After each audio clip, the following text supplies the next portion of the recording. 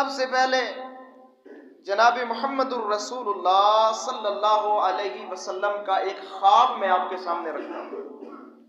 یہ خواب میرے نبی کا، یہ خواب صحیح ابن حبان کے اندر 7491 نمبر کے اوپر اور صحیح ابن خزیمہ کے اندر 1986 نمبر کے اوپر، مستدرک حاکم کے اندر 1518 نمبر کے اوپر یہ حدیث موجود ہے۔ جناب محمد الرسول اللہ صلی اللہ علیہ وسلم سو رہے تھے، آپ کو خواب آیا۔ یاد رکھیے میرے نبی کا عمل بھی ہمارے لیے دین ہے، آپ کی بات بھی ہمارے لیے دین بھی ہے، وحی بھی ہے، حجت بھی ہے۔ اسی طرح میرے نبی کا خواب بھی ہمارے لیے دین بھی ہے، حجت بھی ہے، اور عمل بھی ہے، دلیل بھی ہے، وحی بھی ہے۔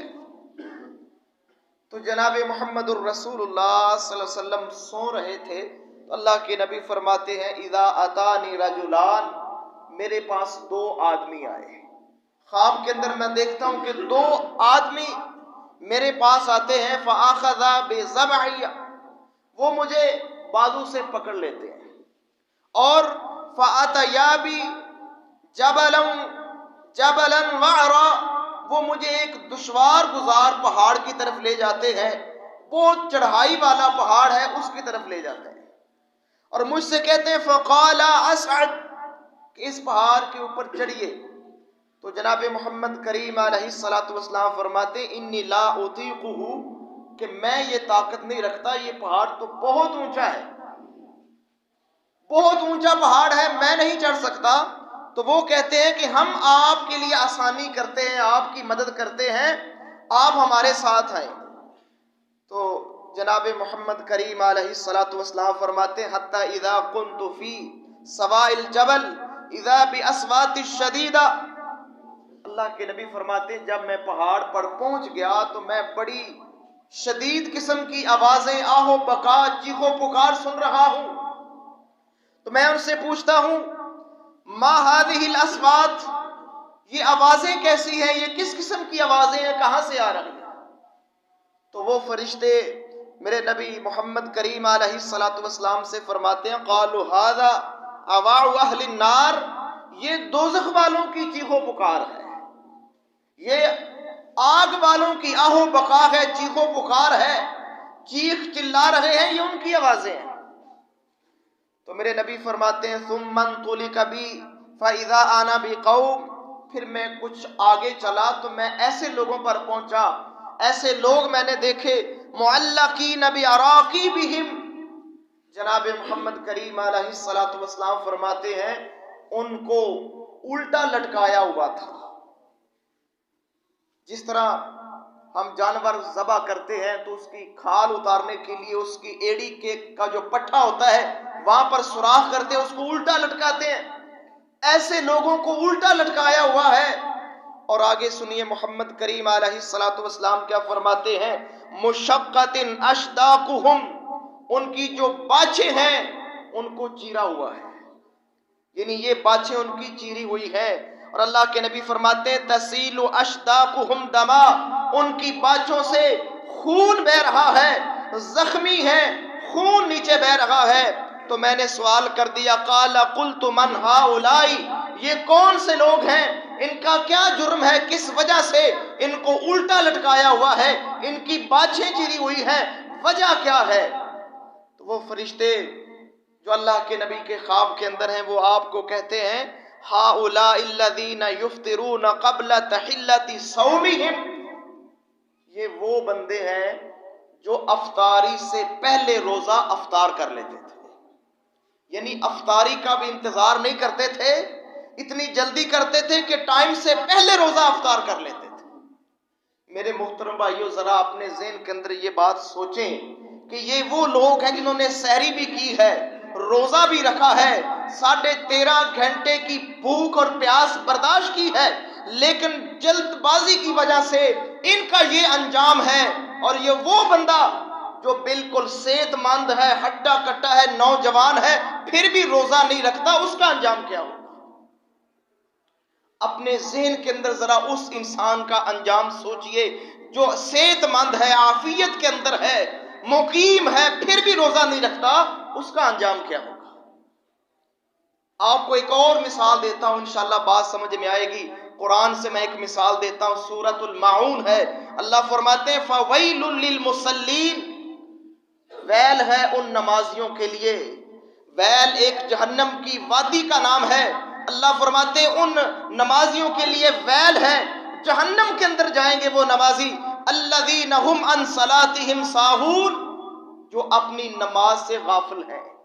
کیا مطلب ہے؟ بے ٹائمی نماز پڑھتے ہیں، نماز کی طرف دھیان نہیں دیتے، خشوع خضوع کے ساتھ نماز نہیں پڑھتے، جماعت کے ساتھ ادا نہیں کرتے، کبھی پڑھ لی کبھی نہ پڑھی، اس کے اندر خشوع خضوع نہیں ہے، نماز کے ارکان پوری طرح ادا نہیں کرتے۔ اللہ کا قرآن کہہ رہا ہے کہ ایسے نمازی جہنم کے اندر جائیں گے۔ میرے محترم بھائیو ذرا سوچئے، یہ تو وہ آدمی جو وضو بھی کرتے ہیں، مسجد کی طرف آتے بھی ہیں، ایک وہ آدمی جو سرے سے نماز پڑھتا ہی نہیں ہے، میرے محترم بھائیو اس کا انجام کیا ہوگا؟ میں کسی کے اوپر فتویٰ نہیں لگاتا، نہ کسی کے اوپر تنقید کرتا ہوں، ایک سوچنے کا موقع آپ کو دے رہا ہوں، رب کے قرآن سے آپ کو سوچنے کا موقع دے رہا ہوں کہ وہ نمازی جو کبھی پڑھ لیتے کبھی نہیں پڑھتے، بے ٹائمی اور بغیر دھیان کے اور پوری توجہ کے ساتھ نماز نہیں پڑھتے، ان کے لیے ویل ہے، اور جو سرے سے پڑھتی نہیں ہے محترم بھائیوں، ان کا کیا حال ہوگا؟ اللہ سے دعا ہے اللہ تعالیٰ ہمیں 5 وقت کا بعد جماعت نمازی بنائے۔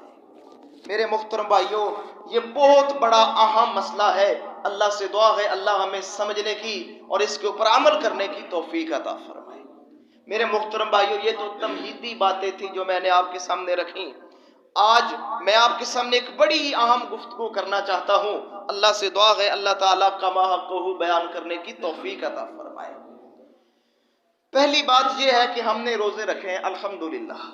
ہم نے نہیں رکھے بلکہ اللہ نے ہمیں رکھوائے ہیں، سچی بات ہے۔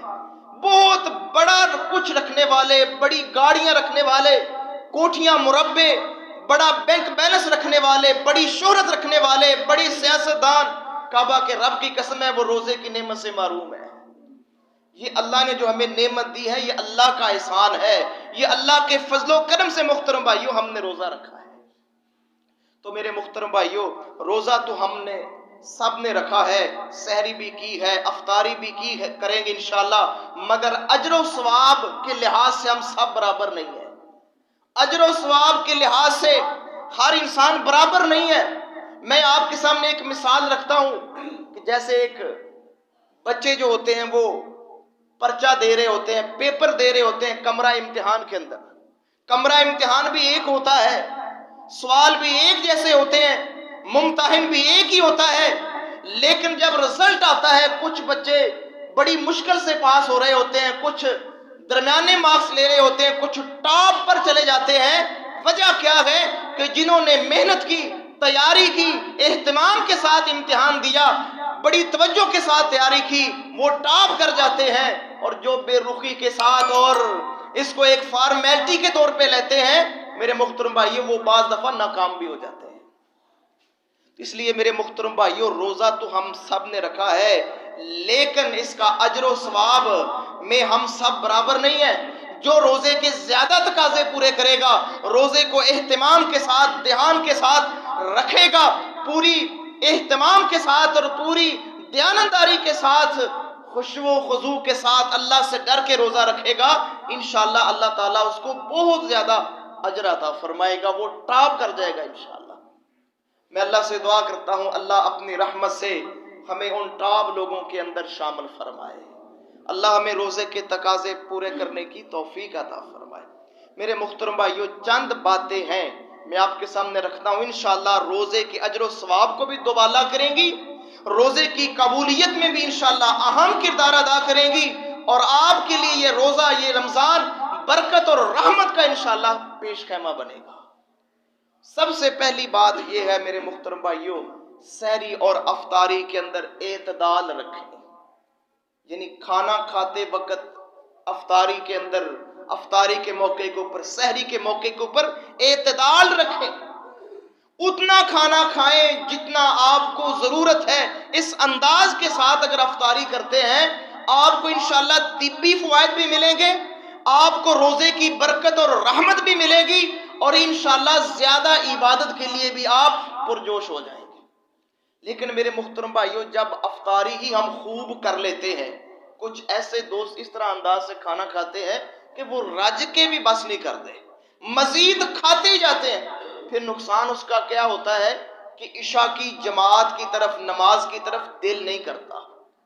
آپ آج تجربہ کر لیں کہ شام مغرب کی نماز میں نمازیوں کی تعداد اور عشاء کی نماز میں نمازیوں کی تعداد یقیناً نمایاں فرق ہوتا ہے۔ وجہ صرف یہی ہوتی ہے کہ انسان سستی، کاہلی، غفلت کا شکار ہو جاتا ہے، اس کا دل نہیں کرتا کہ میں اللہ کے گھر کی طرف آؤں۔ یہ صرف محترم بھائیوں افطاری کے اندر اعتدال نہ کرنے کی وجہ سے۔ آپ میری بات کو توجہ کے ساتھ سنیں، جو میں آپ کے سامنے نسخہ رکھنا چاہتا ہوں اس کے اوپر عمل کر کے دیکھیں، انشاءاللہ آپ عشاء کی نماز تک بالکل ایکٹیو ہو جائیں گے۔ جناب محمد الرسول اللہ صلی اللہ علیہ وسلم کی سنت کیا ہے؟ آپ افطاری کیسے کرتے تھے؟ ابو داؤد کے اندر حدیث موجود ہے 2356 نمبر کے اوپر، میرے نبی کے خادم انس بن مالک رضی اللہ تعالیٰ عنہ فرماتے ہیں، کانا رسول اللہ صلی اللہ علیہ وسلم یفطر علی رطبات قبل ان یصلی فإن لم تكن رطبات فعلى تمرات فإن لم تكن حصبات من ماء۔ جناب محمد کریم علیہ الصلوۃ والسلام کے بارے میں حضرت انس فرماتے ہیں کہ میرے نبی افطاری کے وقت، مغرب کی نماز سے پہلے یعنی افطاری کے وقت، اللہ کے نبی تازہ کھجوریں کھاتے تھے، تازہ کھجوروں کے ساتھ افطاری کرتے تھے۔ اگر تازہ کھجوریں دستیاب نہ ہوتی، میرے نبی پھر خشک کھجوریں استعمال کر لیتے۔ اگر خشک کھجوریں بھی دستیاب نہ ہوتی تو میرے نبی پانی کے چند گھونٹ کے ساتھ اپنا روزہ افطار کر لیتے۔ یہ میرے نبی کی سنت ہے اور یہ میرے نبی کی ترتیب ہے۔ لیکن میرے محترم بھائیوں، ہمارا حال کیا ہے؟ ہم جب افطاری کے لیے بیٹھ جاتے ہیں اس وقت تک اٹھتے ہی نہیں ہیں جب تک خوب پیٹ بھر نہ لیں۔ میرے نبی نماز سے پہلے کھجوروں کا استعمال کرتے تھے، نماز کے بعد جا کے کچھ نوالے کھانے کے لیتے۔ میرے محترم بھائیوں، اس کے طبی بھی فائدے ہیں، اور یاد رکھیے جو خوب کھا لیتا ہے اور بہت زیادہ لے لیتا ہے، محترم بھائیوں، روزے کی برکت سے بھی محروم ہوتا ہے، اور جو روزے کے طبی فوائد ہیں، قرآن نے، میرے نبی کریم نے اس کے فوائد بیان کیے، ان سے بھی انسان محروم ہوتا ہے۔ یہ روزہ شفا ہے، اس کے اللہ تعالیٰ نے عافیت رکھی ہے، لیکن جو اس انداز سے کھائے گا محترم بھائیوں وہ محروم ہوگا۔ اور آگے دیکھیے جناب محمد الرسول اللہ صلی اللہ علیہ وسلم سحری کے وقت کیا چیز لیتے تھے؟ ابو داؤد کے اندر 2345 نمبر کے اوپر حدیث موجود ہے۔ جناب محمد کریم علیہ الصلوۃ والسلام فرماتے ہیں، قال نعم سحور المؤمن التمر۔ اللہ کے نبی فرماتے ہیں مومن کی سحری کے اندر سب سے نایاب چیز جو ہے وہ کھجور ہے۔ میرے نبی کھجور کا استعمال سحری کے وقت بھی کرتے اور افطاری کے وقت بھی کرتے۔ میرے محترم بھائیوں، آپ چند دن میری اس بات کو آزما کے دیکھ لیں، پانی کے ساتھ کھجوروں کا استعمال صبح کے وقت بھی، افطاری کے وقت بھی، آپ اپنی زندگی کے اندر انشاءاللہ اپنے جسمانی معاملات کے اندر انشاءاللہ تبدیلی پائیں گے، عافیت آپ کو ہوگی، پرجوش انداز کے اندر انشاءاللہ آپ رمضان گزار رہے ہیں، کیونکہ میرے نبی کی سنت ہے۔ سنت کے اوپر عمل کرنا بھی محترم بھائیوں باعث اجر و ثواب ہے، اور انشاءاللہ العزیز رمضان بھی انشاءاللہ بہترین گزرے گا۔ اور آگے دیکھیے جامع ترمذی کے اندر 2380 نمبر کے اوپر یہ حدیث موجود ہے۔ میرے نبی بہت زیادہ نصیحت فرما رہے ہیں۔ اللہ کے نبی فرماتے ہیں، یقول ما ملأ آدمی وعاء شر من بطن۔ میرے نبی فرماتے ہیں کہ سب سے برا برتن جو انسان بھرتا ہے وہ انسان کا پیٹ ہے۔ میرے محترم بھائیوں، شاید ہم ان حالات سے نہیں گزرے، لوگ تو قسم قسم کے کھانے اور اس انداز سے کھا رہے ہوتے ہیں جیسے ان کے ذہن میں یہ بات ہوتی ہے کہ یہ آخری کھانا ہے، کہ اس کے بعد شاید ملے کہ نہ ملے۔ میرے نبی کیا فرما رہے ہیں کہ سب سے برا برتن انسان کا پیٹ ہے جو انسان بھرتا ہے۔ اور اللہ کے نبی آگے نصیحت کرتے ہیں، حسب الآدمی لقیمات یقمن صلبہ۔ میرے نبی فرماتے ہیں آدمی کو زندہ رہنے کے لیے، اپنی کمر سیدھی رکھنے کے لیے چند لقمے کافی ہے۔ لقیمات اس میں تصغیر کا صیغہ ہے، چند لقمے، چھوٹے چھوٹے لقمے ہی اگر انسان دو 3 ٹائم کھا لیتا ہے، میرے نبی فرماتے ہیں اس کی زندگی کے لیے، اس کی کمر کو سیدھا رکھنے کے لیے یہی کافی ہے۔ اور سچی بات ہے میرے محترم بھائیوں، زیادہ تر بیماریاں جو معدے کی بیماریاں ہیں وہ یہ اعتدال کھانے کے اندر نہ رکھنا، اوور ایٹنگ کرنا، زیادہ کھانا، زیادہ بیماریاں محترم بھائیوں اس وجہ سے انسان کے اوپر آتی ہیں۔ اللہ سے دعا ہے اللہ ہمیں عمل کرنے کی توفیق عطا فرمائے۔ میرے محترم بھائیوں، میرے نبی فرماتے ہیں آگے، فَإِنْ غَلَبَتِ الْآدَمِيَّ نَفْسُهُ، اگر انسان کو کچھ زیادہ ہی نفس مجبور کرے، اس نے زیادہ ہی کھانا ہے، تو اللہ کے نبی فرماتے ہیں فَثُلُثُ لِلطَّعَامِ، پھر وہ کھانے کے 3 حصے کر لے، یعنی اپنے پیٹ کے 3 حصے کر لے، 1 حصے میں کھانا یعنی 1/3 کھانا، وَثُلُثُ لِلشَّرَابِ، اور 1/3 پانی، وَثُلُثُ لِلنَّفْسِ، اور 1/3 اپنے سانس کے لیے چھوڑ دیں۔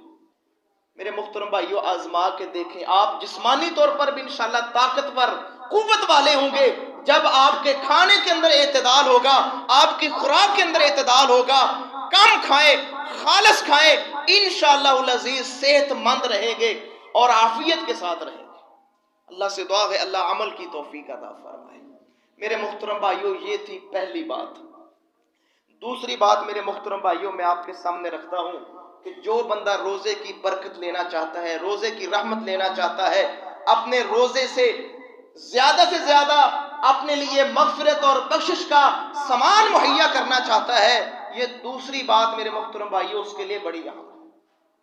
دوسری بات یہ ہے میرے محترم بھائیوں، اس میں شک کوئی نہیں، ہم انسان ہیں، گنہگار ہیں، کوئی شک نہیں اس کے اندر۔ کچھ ایسے گناہ میرے اندر موجود ہیں جو خفیہ گناہ ہیں، جن کا نہ علم میرے والدین کو ہے، نہ میرے بیوی بچوں کو ہے، نہ میرے دوستوں کو ہے۔ کچھ ایسے خفیہ گناہ جس کے ہم عادی بن چکے ہیں، جو ہمارے ساتھ چمٹ چکے ہیں۔ میرے محترم بھائیوں، ان گناہوں سے سچی توبہ کرنی ہے۔ بہت بڑے خطرناک یہ گناہ خفیہ ہوتے ہیں، کیونکہ انسان یہ سمجھتا ہے کسی کو تو پتہ نہیں، لہذا وہ چھوڑنے پہ آتا ہی نہیں۔ میں سمجھتا ہوں ہر چیز میں اللہ تعالیٰ کی حکمت ہے۔ اگر کسی کا کوئی گناہ ظاہر ہو جائے، ممکن ہے کہ وہ بندہ توبہ کر لے، اس کو ندامت ہو، شرمندگی ہو کہ لوگوں کو پتہ چل گیا کہ میں فلاں جرم کر لیا، میں نے فلاں گناہ کر لیا، ممکن ہے اس کو توبہ کی توفیق مل جائے۔ ایک وہ گناہ میں کرتا ہوں یا آپ کرتے ہیں جن کا کسی کو میرے علاوہ علم نہیں، اللہ کو علم یا ہمیں علم ہے، یہ ایسا گناہ ہے میرے محترم بھائیوں، اس کی طرف توبہ کی طرف، تائب ہونے کی طرف کم دھیان جاتا ہے۔ تو میرے محترم بھائیوں، ان خفیہ گناہوں سے سچی توبہ کرنی ہے، اپنی جان چھڑانی ہے۔ اگر اس رمضان کو آپ اپنے لیے مفید اور کارآمد بنانا چاہتے ہیں، روزے کی برکات اور ثمرات لینا چاہتے ہیں، روزے کے مقصد کو پانا چاہتے ہیں، تو پھر میرے محترم بھائیوں ان خفیہ گناہوں سے چھٹکارا حاصل کریں، سچی پکی توبہ کریں، انشاءاللہ اللہ تعالیٰ کی رحمت آپ کا استقبال کرے۔ میں مثال دیتا ہوں کچھ گناہوں کی۔ مثلا کتنے ایسے ملازم ہیں محترم بھائیوں، پولیس کے اندر ہیں، ٹیچر ہیں، کسی بھی محکمے کے اندر ہیں، رشوت لیتے ہیں۔ ایسا گناہ ہے میرے محترم بھائیوں، کئی سالوں سے کر رہے ہیں، نہ والدین کو پتہ ہے، نہ بیوی بچوں کو پتہ ہے، نہ کسی دوست کو پتہ ہے، وہ اپنی آن ڈیوٹی وہ رشوت لے رہے ہیں۔ میرے محترم بھائیوں، یہ بہت بڑا خفیہ گناہ ہے جو اس کے ساتھ چمٹ گیا۔ اور عجیب میرے محترم بھائیوں بات ہے، جب وہ 13.5 گھنٹے کا روزہ، 13.5 گھنٹے کی بھوک پیاس برداشت کر کے افطاری کے وقت جب افطاری کرتا ہے، تو یہ وہ کھجوریں ہیں جو اس نے رشوت کے پیسوں سے لی ہیں۔ میرے محترم بھائیوں، کیا اس کا ضمیر اس کو جھنجھوڑتا نہیں ہے کہ 13.5 گھنٹے تو نے بھوک اور پیاس برداشت کی اور افطاری جو ہے وہ حرام کے روزے سے کر رہا ہے؟ اللہ سے دعا ہے اللہ ہمیں محفوظ فرمائے۔ اسی طرح میرے محترم بھائیوں، کچھ ایسے گناہ ہیں، خاص طور پر میرے نوجوان بھائی جو ہیں محترم بھائیوں، انٹرنیٹ کے اوپر گندے کلپ دیکھنا، حیا سوز چیزیں دیکھنا، یہ وہ اس دور کے اندر بہت بڑا فتنہ ہے، بہت زیادہ خطرناک بات ہے۔ یہ خفیہ گناہ میرے محترم بھائیوں اجاڑا کر دیں گے ہماری نیکیوں کا، ہماری نیکیوں کو تباہ و برباد کر دیں گے۔ بڑے بڑے میرے محترم بھائیوں میں حوالے سے بات کرتا ہوں، ابن ماجہ کے اندر 4245 نمبر کے اوپر حدیث موجود ہے، صحیح حدیث ہے۔ اللہ کے نبی فرماتے ہیں جو اپنی تنہائی کے اندر، خفیہ مقام کے اندر، خفیہ بے حیائی اور یعنی فحاشی کے کام کرتے ہیں، میرے نبی فرماتے ہیں تہامہ پہاڑ کے برابر یہ بڑے بڑے نیک عمل لے کر آئیں گے، بڑی بڑی نیکیاں لے کر آئیں گے، اللہ تعالیٰ ان نیکیوں کو ہباء منصورا گرد و غبار بنا کے اڑا دے گا۔ میرے محترم بھائیو، سچی بات ہے، یہ خفیہ گناہ تو ہمارے لیے قاتل ثابت ہوتے ہیں، ہماری نیکیوں کے لیے قاتل، ہماری نیکیوں کو تباہ و برباد کرنے کے یہ بہت بڑے ذرائع ہیں کہ انسان خفیہ گناہ کرتا رہے اور خفیہ گناہوں کے اوپر ہی دنیا سے جائے۔ اللہ سے دعا ہے اللہ ہمیں محفوظ فرمائے۔ میرے محترم بھائیو، ایک اور مثال دیتا ہوں۔ ہمارے معاشرے کے اندر محترم بھائیو عام رواج ہے کہ ناجائز عورتوں کے ساتھ تعلق ہے، ناجائز رابطے، ناجائز ملاقاتیں، اس قسم کی میرے محترم بھائیو یہ خفیہ گناہ، موبائل کے اوپر غلط استعمال، ناجائز رابطے، ناجائز ملاقاتیں، میرے محترم بھائیو اللہ سے توبہ کریں، استغفار کریں، یہ بہت بڑے گناہ ہیں۔ اور میں محترم بھائیو بڑی بصیرت کے ساتھ کہتا ہوں کہ اگر انسان ان خفیہ گناہوں سے بچا ہوا نہیں ہے، یہ روزہ اس کو فائدہ نہیں دے رہا، یہ رمضان اس کے لیے محترم بھائیو بیکار ہو جائے گا، وہ رمضان ضائع کر رہا ہے۔ جو اپنے عادی شدہ گناہ جو اس کے ساتھ چمٹ گئے ان سے توبہ نہیں کرتا، رمضان تو آیا ہی اس لیے ہے لعلکم تتقون، تاکہ تم بچ جاؤ، پرہیزگار بن جاؤ، متقی بن جاؤ۔ رمضان کا مقصد ہی یہی ہے۔ اللہ ماحول دیتا ہے، اللہ رحمتیں بکھیرتا ہے، اللہ تعالیٰ ہر انداز سے منظر بناتا ہے تاکہ میرا بندہ توبہ کی طرف آئے، میری طرف آئے، معافی کی طرف آئے۔ تو میرے محترم بھائیو اگر اس اثناء کے اندر بھی، اس بار رونق اور پر رحمت اور پر برکت مہینے کے اندر بھی وہ خفیہ گناہوں سے باز نہیں آتا، تو میرے محترم بھائیو اس بندے کو اپنا محاسبہ کرنا چاہیے کہ میں کتنا سخت دل کا مالک ہو گیا ہوں کہ میں پھر بھی توبہ نہیں کرتا، میرے پھر بھی ناجائز تعلقات ہیں، میرے پھر بھی ناجائز رابطے ہیں، میرے پھر بھی میری تنہائی گندی ہے، میں غلط چیزیں دیکھتا ہوں۔ میرے محترم بھائیو اس کو اپنا محاسبہ کرنا چاہیے، بہت بڑی خطرناک ترین بات ہے۔ اسی طرح میرے محترم بھائیو کچھ لوگوں کو غیبت کرنا اور غیبت سننے کی عادت ہوتی ہے، اس سے بھی پرہیز کرنا۔ یہ بھی ایسا گناہ ہے جو انسان کو لذت دیتا رہتا ہے، پتہ ہی نہیں چلتا کہ میں گناہ کر رہا ہوں، بس دل کرتا ہے غیبت کرنے کا، فلاں کی عدم موجودگی میں اس کے بارے میں باتیں کرنے کا، وہ ایسا ہے ایسا ہے۔ ہمارے گھروں کے موضوع یہ بن گئے، اللہ کرے ہمارے گھروں کے موضوع قرآن سیکھنے سکھلانے کو ہو، حدیث سیکھنے سکھلانے کے موضوع بن جائیں، اولاد کی تربیت کے موضوع بن جائیں، گھر کے اسلامی ماحول بنانے کے موضوع بن جائیں، لیکن ہمارے موضوع محترم بھائیو عجیب ہیں۔ ہم ابتدا بھی غیبت سے کرتے ہیں اور آخری بات بھی ہماری غیبت کی ہوتی ہے۔ اللہ سے دعا ہے اللہ ہمیں محفوظ فرمائے۔ میرے محترم بھائیو یہ وہ چیزیں ہیں جو ہمارے روزے کی برکت کو لے جائیں گی، ہمارے روزے کی قبولیت میں رکاوٹ بنے گی، ہمارے روزے کو ہمارے لیے مفید نہیں بننے دیں گے اگر یہ چیزیں ہمارے زندگی کے اندر موجود ہیں، روزے کے اندر بھی۔ اللہ سے دعا ہے اللہ ہمیں محفوظ فرمائے۔ اسی طرح میرے محترم بھائیو سودی معاملات دیکھیں، اگر ہماری زندگی کے اندر سود کا کاروبار یا اس کے اندر ہم ملوث ہیں، بہت بڑا گناہ ہے میرے محترم بھائیو، کبیرہ گناہ ہے، اس سے بھی بچنا ہے۔ اگر میں روزے کی حالت کے اندر سودی معاملات کے اندر پھنسا ہوا ہوں تو پھر مجھے ہوش کے ناخن لینے چاہیے کہ روزہ بھی میرے لیے میری نجات کا اور میری تبدیلی کا اور میرے اندر تبدیلی لانے کا ذریعہ نہیں بن سکا، اتنا اہم موقع، اتنی بڑی چیز بھی مجھے تبدیل نہیں کر سکی، تو میں اپنے آپ کا محاسبہ کروں۔ اسی طرح میرے محترم بھائیو جائیداد کے جو معاملات ہیں، یہ اللہ تعالیٰ نے جو سارے نظام بنائے ہیں ان کے اندر بھی محترم بھائیو غور کریں، یہ بھی حق ہے، بیٹی کا حق کھا رہے ہیں، بہن کا حق کھا رہے ہیں، دیگر رشتہ داروں کے لوگ حق کھا رہے ہیں، ان کے اندر بھی غور و فکر کریں۔ یہ بھی خفیہ گناہ چمٹے ہوئے ہیں جن کو کبھی ہمارے ذہن کے اندر یہ گناہ آئے ہی نہیں ہے، یہ بھی کوئی گناہ ہے، کبھی تصور دل کے اندر نہیں آیا کہ میں 20 سال سے کسی کی جائیداد کے اوپر ناجائز قبضہ کر کے بیٹھا ہوا ہوں، کبھی ذہن کے اندر یہ بات نہیں آئی۔ یہ ایسے گناہ ہیں جو چمٹ چکے ہیں، جن کے بارے میں یہ بھی احساس ختم ہو چکا ہے کہ یہ گناہ ہے۔ اللہ سے دعا ہے اللہ تعالیٰ ہمیں محفوظ فرمائے۔ میرے محترم بھائیو ان معاملات کو بھی دیکھنا ہے، رمضان آتا ہی اس لیے ہے کہ ہم اپنے اصلاح کریں، اپنے آپ کو دیکھیں۔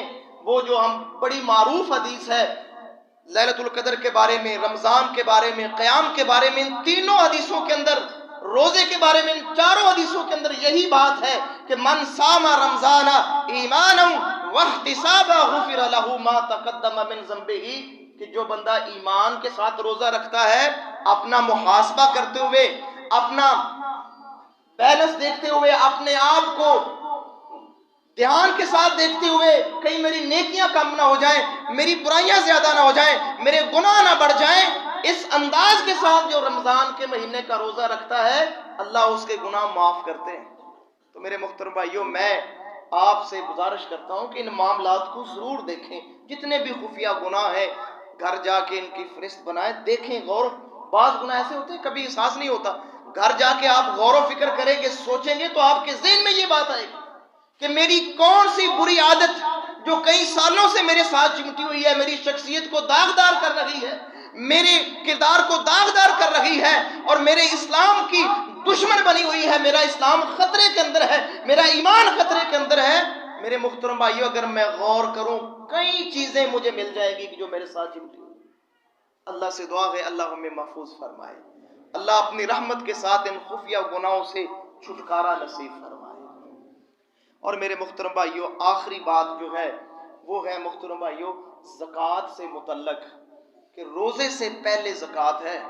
آپ اسلام کے ارکان پڑھیں تو رمضان سے پہلے زکوٰۃ کا تصور ہے، رمضان سے پہلے اللہ نے زکوٰۃ کا ذکر کیا، تو زکوٰۃ بھی فرض ہے میرے محترم بھائیو۔ اور اس معاملات کے اندر محترم بھائیو بہت معاملات گڈ مڈ ہوتے ہیں، بہت زیادہ مسلمان معاشروں کے اندر زکوٰۃ کے معاملے کے اندر محترم بھائیو سستی موجود ہے۔ اس طرف بھی محترم بھائیو توجہ دینی ہے۔ میرے محترم بھائیو، مجھے تو شاید اتنا نہیں پتا اس کا نصاب کیا ہے، تفصیلات کیا ہے۔ اگر آپ کو پتا ہے، صرف ایک مثال دیتا ہوں کہ آپ متنبہ ہو جائیں کہ اگر آپ کے پاس 1,26,000 روپیہ موجود ہے، اس کے اوپر سال گزر چکا ہے، یا 1,26,000 کا سامان آپ کے گھر کے اندر موجود ہے، دکان کے اندر موجود ہے، محترم بھائیو، تو اس کی 3,150 روپے اس کی زکوٰۃ بنتی ہے۔ یہ ایک موٹا سا حساب میں نے دیا ہے۔ میرے محترم بھائیو، جو اس نصاب کو پہنچتے ہیں، اس حیثیت کو پہنچتے ہیں، وہ اپنی زکوٰۃ کی لازمی کیلکولیشن کروائیں، اپنے زکوٰۃ کے بارے میں ضرور اپنے آپ سے آگاہ ہوں کہ میری زکوٰۃ کتنی بنتی ہے۔ میرے محترم بھائیو، مکان، دکان، سواری، مشینری، ان پر زکوٰۃ نہیں ہے، لیکن کچھ ایسی چیزیں ہیں، مثلا ہم نے پلاٹ لیے ہوئے ہیں، پلاٹ اس نیت سے نہیں لیے کہ رہائش کریں گے، رہائش کے اوپر زکوٰۃ نہیں ہے، پلاٹ اس نیت سے لیے ہوئے ہیں کہ پیسے محفوظ ہو جائیں، پیسے محفوظ ہو جائیں، سیف ہو جائیں، بعد میں اس کو فروخت کروں گا، میرے محترم بھائیو اس کے اوپر بھی زکوٰۃ ہے۔ تو میں آپ سے گزارش کروں گا، جو بھی صاحب استطاعت اور صاحب نصاب ہیں، وہ ضرور کسی مفتی سے، کسی اچھے عالم سے زکوٰۃ کی انفارمیشن لیں، اس کے متعلق علم حاصل کریں کہ اس کی کتنی زکوٰۃ بنتی ہے، کب شروع ہوتی ہے، اس کا نصاب کیا ہے۔ اگر 1,26,000 سے آگے اماؤنٹ ہوگی تو پھر اس کا نصاب کیا ہوگا۔ میرے محترم بھائیو، یہ بیسک علم ہم سب کو ہونا چاہیے۔ میں حدیث کا مطالعہ کر رہا تھا، زکوٰۃ کے باب کو میں دیکھ رہا تھا، تو مسند احمد کے اندر 3,380 نمبر کے اوپر یہ حدیث مجھے نظر آئی، جو سیدنا علی المرتضیٰ رضی اللہ تعالی عنہ کے بارے میں تھی، کہ ان کو اتنا فکر تھا، یہ علم انہوں نے اس انداز سے حاصل کیا اور اتنا اس کی حفاظت کی۔ وہ فرماتے ہیں صحیفۃ کانت فی رقاب سیف کان علیہ حلیتہ حدید، کہتے ہیں میرے پاس ایک تلوار تھی، تلوار کا دستہ لوہے کا تھا، اور اس دستے کے ساتھ کیا تھا، اخذتها من رسول اللہ صلی اللہ علیہ وسلم فیہا فرائض الصدقہ۔ سیدنا علی المرتضیٰ فرماتے ہیں کہ میں نے اپنی تلوار کے دستے کے ساتھ زکوٰۃ کا نصاب تحریر کیا، یعنی تحریر کیا ہوا باندھا ہوا تھا، میری تلوار کے ساتھ لٹک رہا تھا کہ زکوٰۃ کا نصاب کیا ہے۔ میرے محترم بھائیوں، ان لوگوں کو اتنی فکر ہوتی ہے، ہمارے ذہنوں میں تو شاید کبھی سوال نہیں آیا۔ جو بھی صاحب حیثیت لوگ ہیں، چند لوگ ہیں ہمارے گاؤں کے اندر بھی محترم بھائیوں، جن کے اوپر چلو زکوٰۃ چھوڑیں، اس کا حساب لمبا ہے، یا اس کی تفصیل ہم نہیں جانتے، عشر کی تفصیل تو ہم جانتے سبھی، لیکن اس کے اندر بھی محترم بھائیوں مسلم معاشرے کے اندر سستی پائی جاتی ہے بغیر حساب کے۔ اور ایک اور رواج ہے میرے محترم بھائیوں، میں آپ سے گزارش کرتا ہوں، کچھ لوگ آٹا تقسیم کر دیتے ہیں زکوٰۃ کے معاملے میں، کچھ چاول تقسیم کر رہے ہوتے ہیں، کچھ چیزیں. اور میرے محترم بھائیوں، زکوٰۃ غریب کا حق ہے، آپ پیسے کے طور پہ دیں، پیسہ اس کی تلی کے اوپر رکھیں، اس کے ہاتھ میں رکھیں، جو اس کا جی چاہے وہ لے. کیا غریب کا دل نہیں کرتا کہ وہ موٹر سائیکل لے؟ غریب کا دل نہیں کرتا کہ وہ اچھا لباس پہنے، اچھی چیزیں لے؟ تو آپ اس کے ہاتھ کے اوپر اس کی اماؤنٹ رکھیں، یہ اس کا حق ہے. یہ کسی نے آپ کو حق نہیں دیا کہ آپ ضرور آٹا ہی تقسیم کریں گے یا ضرور چاول ہی تقسیم کریں گے. نہیں میرے محترم بھائیو، جو اماؤنٹ بنتی ہے، جو رقم بنتی ہے، آپ اس کو دیں. اور یہ بہت بڑی بات ہے. جناب ابو بکر صدیق رضی اللہ تعالیٰ عنہ نے فرمایا تھا، جب وہ خلافت پہ متمکن ہوئے، خلافت سنبھالی، انہوں نے کہا تھا کہ جو اللہ کے رسول کے دور کے اندر ایک رسی بھی زکوٰۃ دیتا تھا، آج جو ایک رسی بھی زکوٰۃ نہیں دے گا، میں ابو بکر اس کے خلاف جہاد کروں گا، میں اس کے خلاف قتال کروں گا.